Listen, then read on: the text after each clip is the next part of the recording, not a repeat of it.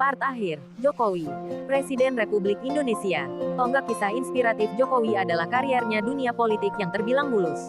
Seiring dengan kesuksesannya sebagai pengusaha mebel, Jokowi kemudian masuk ke dunia politik pada tahun 2005. Ia mencalonkan diri menjadi calon wali kota Surakarta. Karir politiknya terus menanjak hingga akhirnya ia diminta untuk mencalonkan diri menjadi Gubernur DKI Jakarta dan terpilih pada tahun 2012.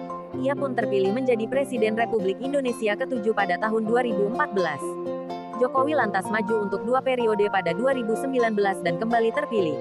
Kini, ia menjabat sebagai orang nomor 1 di Indonesia itu hingga tahun 2024. Saat ini, selalu berupaya meningkatkan ekonomi dan taraf hidup masyarakat Indonesia.